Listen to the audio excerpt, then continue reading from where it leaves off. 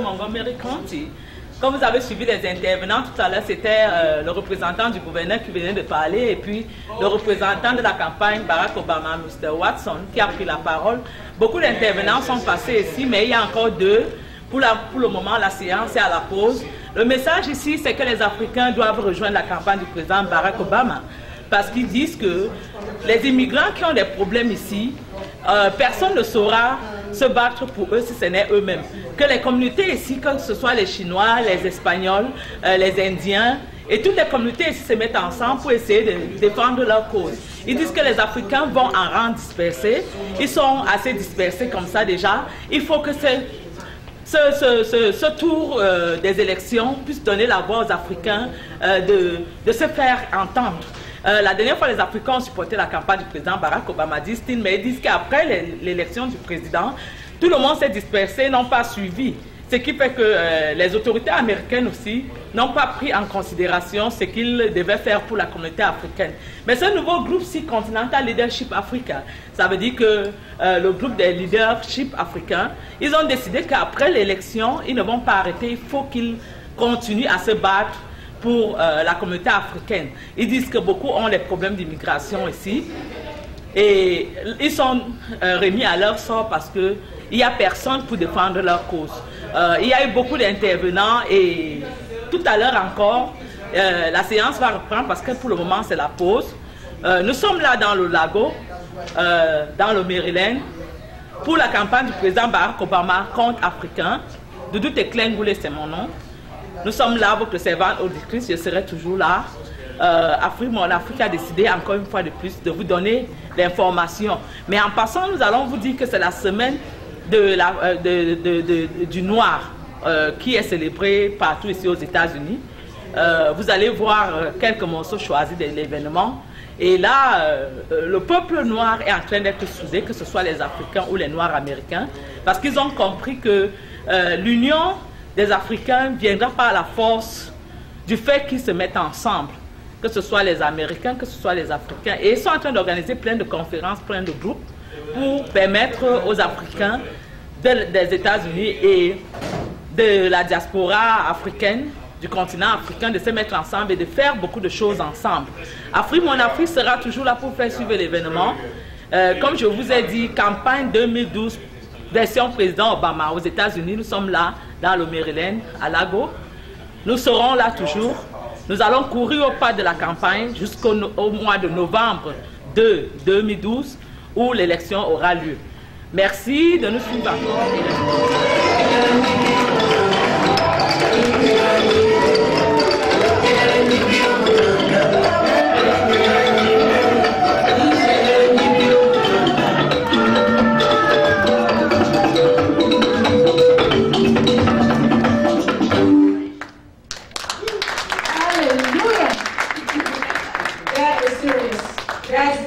That we need. That is a group from Uganda. Is it from Uganda? Yeah, Uganda. Uganda. They did a good job. Oh, try all I want, but I don't think I can do like they did. I'm going to call on Miss Lynette Chinese to introduce Miss Lynette. Thank you so much. Did you guys enjoy that? Yes. Are you guys having fun? Yes. Are you fired up? We're fired for 2012? Yes. I hope you guys are, because I am, and I know our Lieutenant Governor is also fired up. We're happy to have you here today and to wait. I hope you enjoyed that performance. I'm going to introduce our next speaker. Her name is Julian Kiganda. She's the president of the African Diaspora for Change. She's going to speak on the African Vote 2012 and beyond. Julian Kiganda is a native of Uganda. She's the current president of the African Diaspora for Change, which educates, empowers, and engages our communities to impact change in perception and policy. 2008, she mobilized the African diaspora in the DMV to get out to vote. She also has a marketing firm that's worked with clients such as the African Union, the National Geographic, National Urban League, and others. And she shares culture through music, song, dance, and drama as a member of the Ubuntu of Uganda. Ladies and gentlemen, our speaker from Uganda, Julian Kinganda. Round of applause, please. Good afternoon, everyone. Good afternoon. Thank you all for being here. I know this is not necessarily a typical party, so for those who made it out on a Saturday afternoon, I commend you for being here. As I was introduced, my name is Julian Kiganda. I'm president of African Diaspora for Change. I want to thank Sylvester for inviting me here, for the Lieutenant Governor for his wonderful remarks, and for making it a point for you to be here. I think that's really important for us to see in our community that we are supported by elected officials, our elected officials. And we have to do a better job making sure that we are present and we show up in numbers. I want to talk to you a little bit about my background and how I got involved with this organization, African Diaspora for Change. In 2008, a number of us in the community realized that we had to get our organizations and our African communities mobilized during the campaign in order for Obama to win, that we were actually a very critical segment of that vote. So what we did was we mobilized all these different constituency groups. We had Ivorians for Obama, we had Sudanese for Obama, we had Somalis, Eritreans, Ethiopians, and we hosted happy hours mostly around DC. People came from Virginia, from Maryland, and we, in the course of that time, I think it was from July to the election, November, we knocked on about 13,000 doors as an organization, a coalition. Many of us worked in Virginia during election day and got people out to vote, canvass neighborhoods, phone banking, all of those things. Before that, I was actually very not involved in politics. I was born in Uganda, and we actually came here as diplomats, and my father worked for the embassy, and all we heard was politics. So I wanted nothing to do with politics until 2008, when we saw that we had a real opportunity to get someone in the White House to implement real change. And so in that course of being involved in getting out the vote and the election process, I started understanding that many of us in our communities, I think for those of us that are here, we do understand there is a connection between being involved in the vote and actually, getting mobilized and getting those things that benefit our communities. But I realized that very often we are not engaged, our communities are not engaged for different reasons. Many of us are working several jobs, sending money back home to our families. We have been turned off by the political process because some of us are here to escape some of those, the negative impact of the political process in some of our own home countries. And so very often there's a disconnect between what we get in our communities and the involvement that we have and should have as members and citizens and residents of the United States. And so in the course of 2009 up to now, the work that our organization has done, everything from hosting census forums to immigration workshops, and also working very closely with the DC Mayor's office on some of their initiatives. I realized that we have a lot of work to do, and the biggest part of that has to do with educating our communities. So for everyone that is here, you have a responsibility to educate your community about why it's important that we are engaged beyond the vote. So, we got people out, we got them to vote in record numbers in our communities. But then what happened after the vote? People weren't engaged. We didn't hold people accountable. We did not continue to mobilize and speak with a united voice about the issues that concern our communities. So, for example, I worked with the DC Mayor's office during the time that they were doing budget hearings last year. And so they were looking to get more money for the office. People will complain that, the DC Mayor's office, what do they do? They haven't really seen an impact in their work in the community. And the challenge is, they are resource challenged. They don't have the funding to do the programs they'd like to do. How do these, special interest groups or these organizations or offices within these governments get funding? The constituents have to ask for this funding. You have to show up. You have to show that these things matter to you. And so I went to the budget hearing, and during the hearing, actually before the hearing, I invited people to come and make sure we were present so that the DC Mayor's office, and actually the council member who was responsible for that particular subcommittee on community affairs was Mary. And I said, we need to show up. So I get there, and there were two other members of the DC Commission who were testifying about why we needed more funding in the budget. Do you know that the Office on Aging had about 40 people show up and testify about why the funding was important in their communities? They packed that room. When it came time for our office to speak on why we needed more funding, there were 3 of us testifying and 3 people from the staff who were there to advocate for more funding. That's a problem. Because then, you know, Mary and Barry's sitting there, it's an empty room, it's like, oh, okay, he was actually on the phone while we're testifying. So that tells you the lack of urgency that they see about giving us this funding. And I'll tell you, the Mayor's Office on African Affairs, their funding is 4%. 4% of the funding for the Office on Latino Affairs. Why is that? I think we can answer that question. We've seen that Latinos mobilize very well for their interests. You know, you have organizations like La Raza, the National Council of La Raza, you know, and that's not just Mexicans, it's not just Puerto Ricans. It's all of these Hispanic constituent groups that realize that unless we mobilize and unite in numbers, we are not going to have the impact, we're not going to get the resources, we're not going to get what we need for our communities.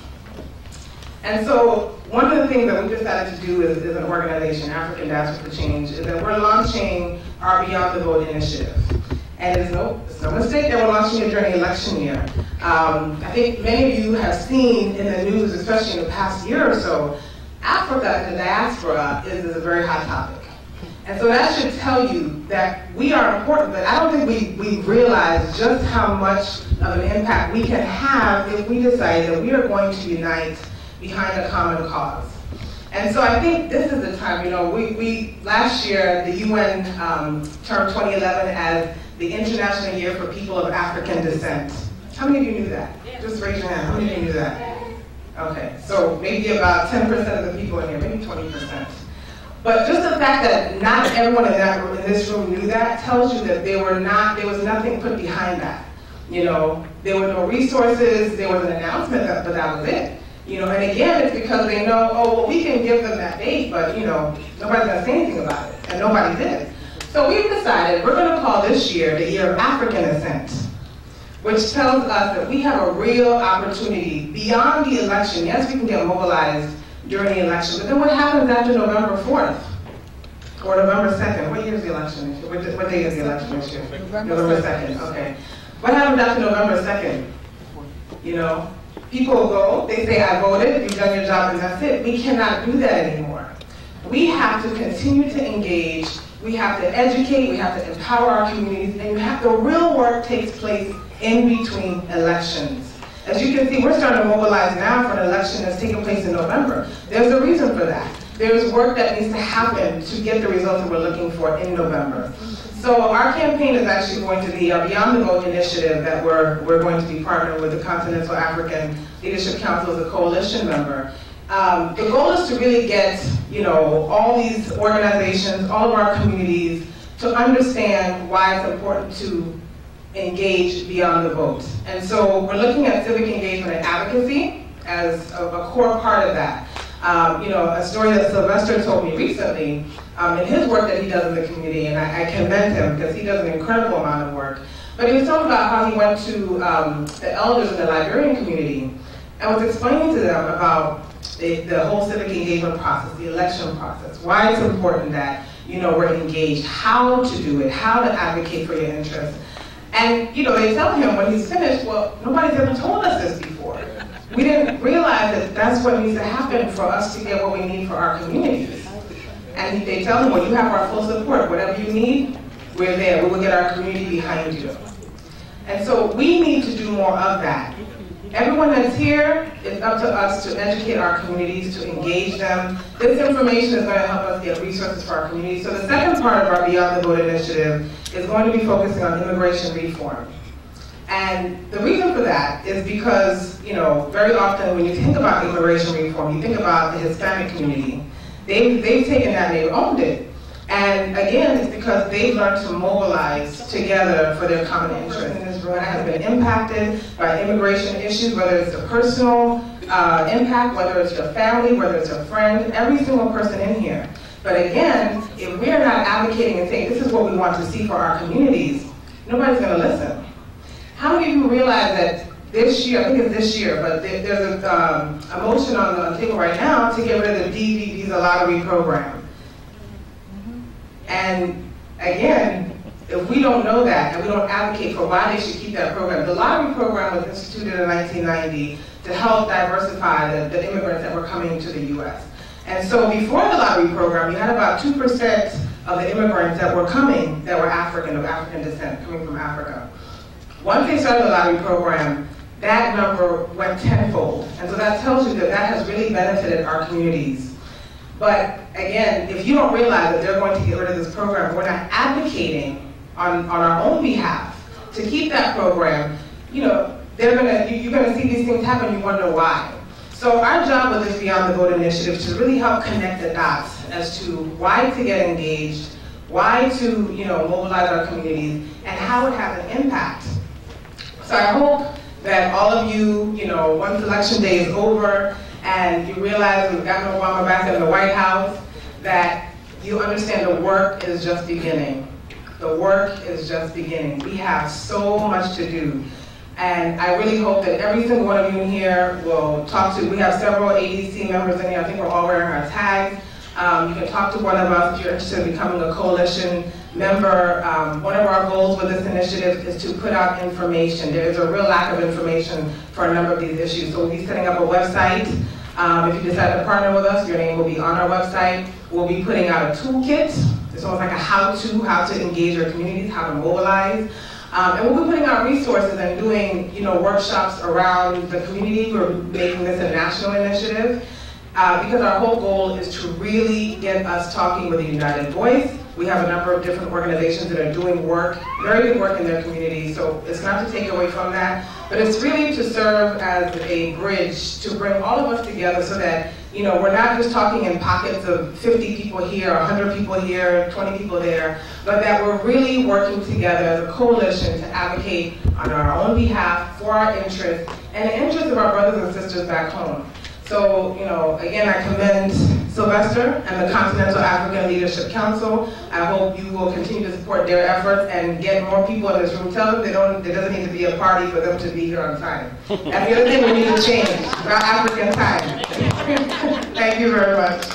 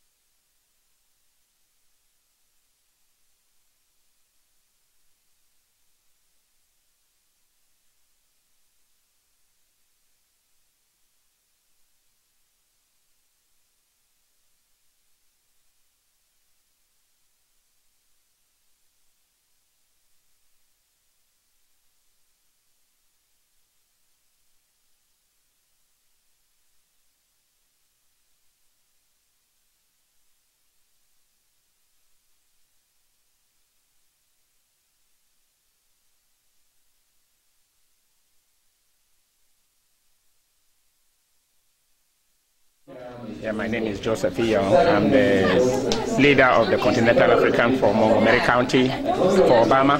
I'm here in Lago to launch the Continental African for the state.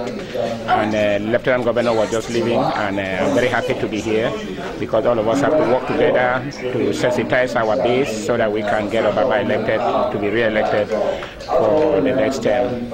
I'm very happy to be here, and today is a special day because the 2012 Continental African for Obama is being launched in the state of Maryland, and I'm here from Montgomery County as the leader of the Continental African for Obama in Montgomery County, the team leader. So we are here, and we have to get Obama re-elected, and we have to work together in our neighborhoods, in our clubs, in our different civic groups to sensitize the people, and all the Africans should come together so that we can get Obama re-elected as our next president. Thank you very much, and have a good day. African Leadership Council event. This is our first event, February 18, 2012, here in Largo, Maryland. The reason for this is change, to empower, to educate the African community. Because a lot of the African community lacks information.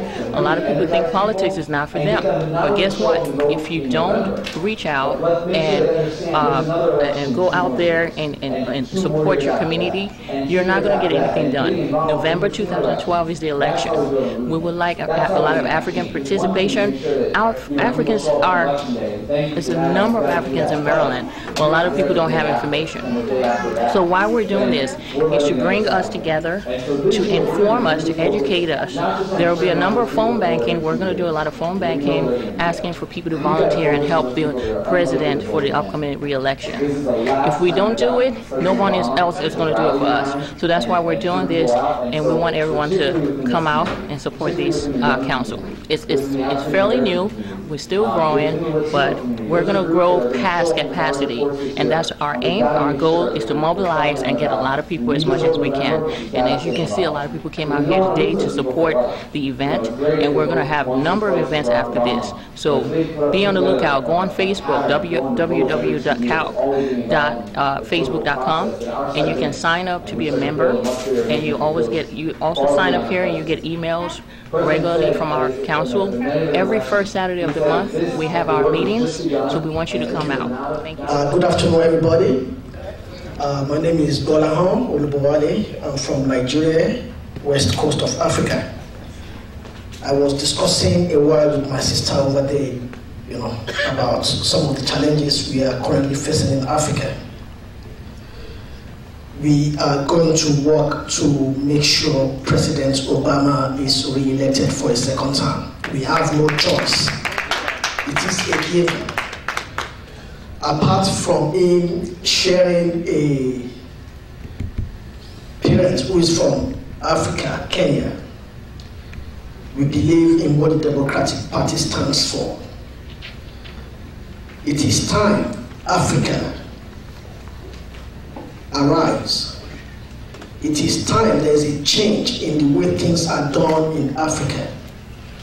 Like I told my sister, most of the problems we have in Africa today, whether we like it or not, was kind of caused by the negative influence of some past American governments. Progressive African leaders. Yeah, the essence of this gathering today is to encourage our African community, continental Africans, on the importance of getting involved. Because in time past, we all know we've been sitting back, but we are the most complainants. We point fingers, we grumble, but I like to let us know that anywhere in the world, politics is about numbers. So we must get engaged in order to be recognized. You understand? So if we, just like the testimony Julian gave there, if we are not engaged, we're not going to be recognized. The senator or the individual they are meeting with was taking phone calls just because he didn't see people he can pay attention to. But the other group, the other community came in mass. But Africa, we sit back. But then, when you go out, we are the one complaining.